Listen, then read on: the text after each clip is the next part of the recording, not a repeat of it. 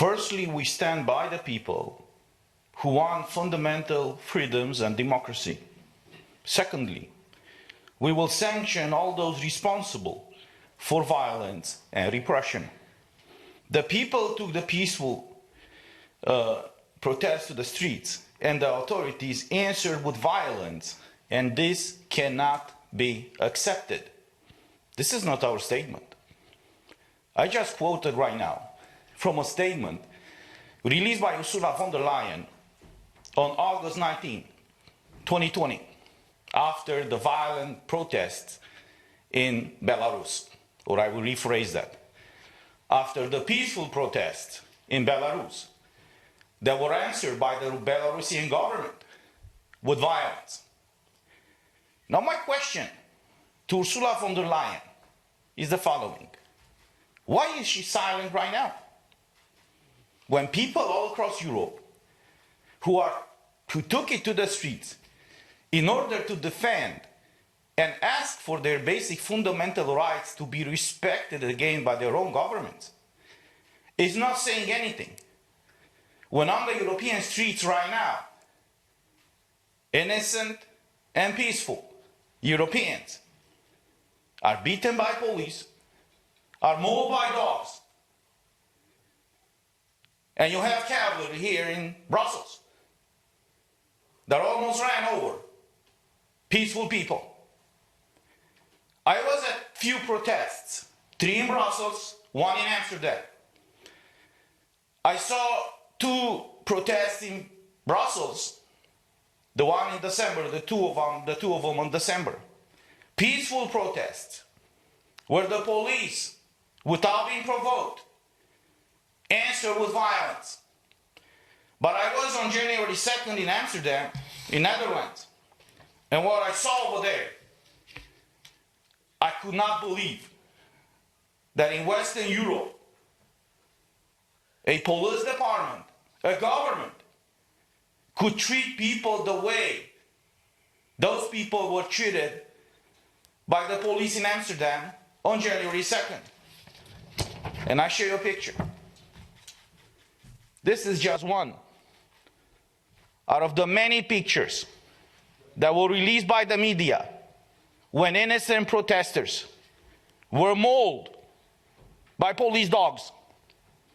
The only thing that these people in Amsterdam asked for was not for higher pensions, for higher salaries, for new elections like the one in Belarus.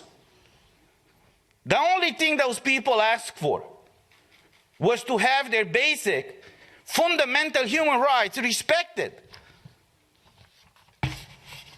by their own government, which did not happen. Another thing that shocked me after this inhumane and brutal response of the police in Amsterdam were the veterans of the Dutch army. They came and they created a line of defense between these brutal police forces and the innocent bystanders. And if you look on the images, you will see that the one who got beaten first were the veterans. These people, look, I'm not Dutch. I'm not a citizen of that country. But I have to use this opportunity to thank them for their service. This should be an answer that their own government should give them. These people risk their lives for the life and for the prosperity of their citizens. They did that, in different NATO operations. And they did that on January 2nd. After I came from Amsterdam, I just could not believe it. I've seen what happened in 1989, in December in Romania, when we took it to the streets to fight against communism. We asked back then not only slogans against communism, but we asked and we demanded liberty, freedom. Now, until 1989, 1990, always the West looked at the East, saying, well, after the Iron Curtain is this evil empire, as Ronald Reagan used to call USSR. After the collapse of the Soviet Union, we all believed that these values, these humane values, I would say, that made such a great difference between the Western world and the world that was after the Iron Curtain, will prevail. And look where we are right now. From an Iron Curtain handled by the USSR, we live right now in a world that you could easily call it Iron Fist. This is what EU became. People cannot protest anymore. If they peacefully protest, they will be attacked and brutally beaten by the police. Their basic fundamental rights were stripped away from them by their own governments. And the question that we should all ask is, where are we? What is the direction that we will allow this EU to take? Clearly, what we see right now is under the leadership of Ursula von der Leyen, EU is transitioning from democracy to tyranny. I said it before that the difference between democracy and tyranny is simple. When you know everything about your government, that is democracy. When the government knows everything about you, that is tyranny.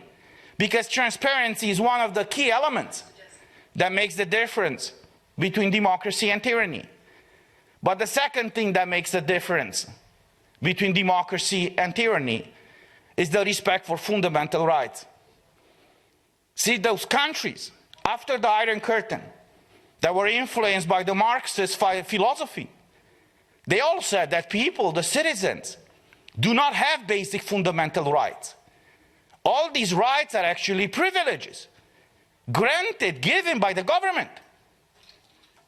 We in the West, we developed this great society where we believed, and we put it in constitutions, in treaties, in conventions, that every person has a unique dignity that must be respected and protected by the government.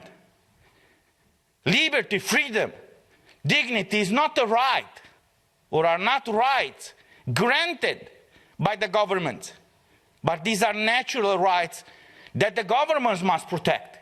And look where we are right now. Macron just said a few days ago that if you're not vaccinated or if you don't have a green certificate, you're not a citizen anymore. You know what that means? That you don't have rights. Francesca just said what is happening in Italy. Imagine those Italian citizens on the islands. If they are not vaccinated or don't have a green certificate, they cannot use mass transportation. These people pretty much are imprisoned on those islands.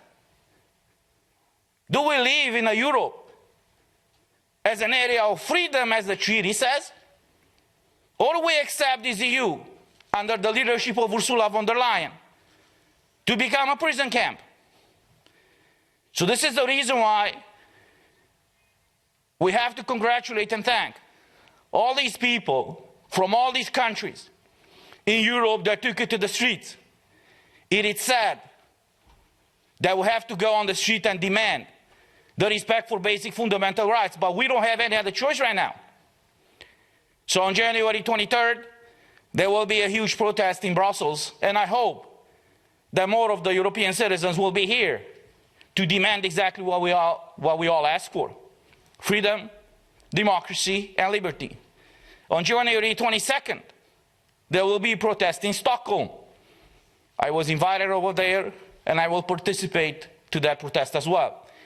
The solution to what is happening right now in Europe, it's simple. It's a civic solution and a political solution. As far as the civic solution, we have to protest and demand from these corrupt governments and tyrannical governments that our rights be restored. As far as the political solution, I really hope that all the EU citizens woke up and they should not ever, ever again vote in any office, any candidate and any party who supported the abusive measures that we all face with right now in Europe. Thank you.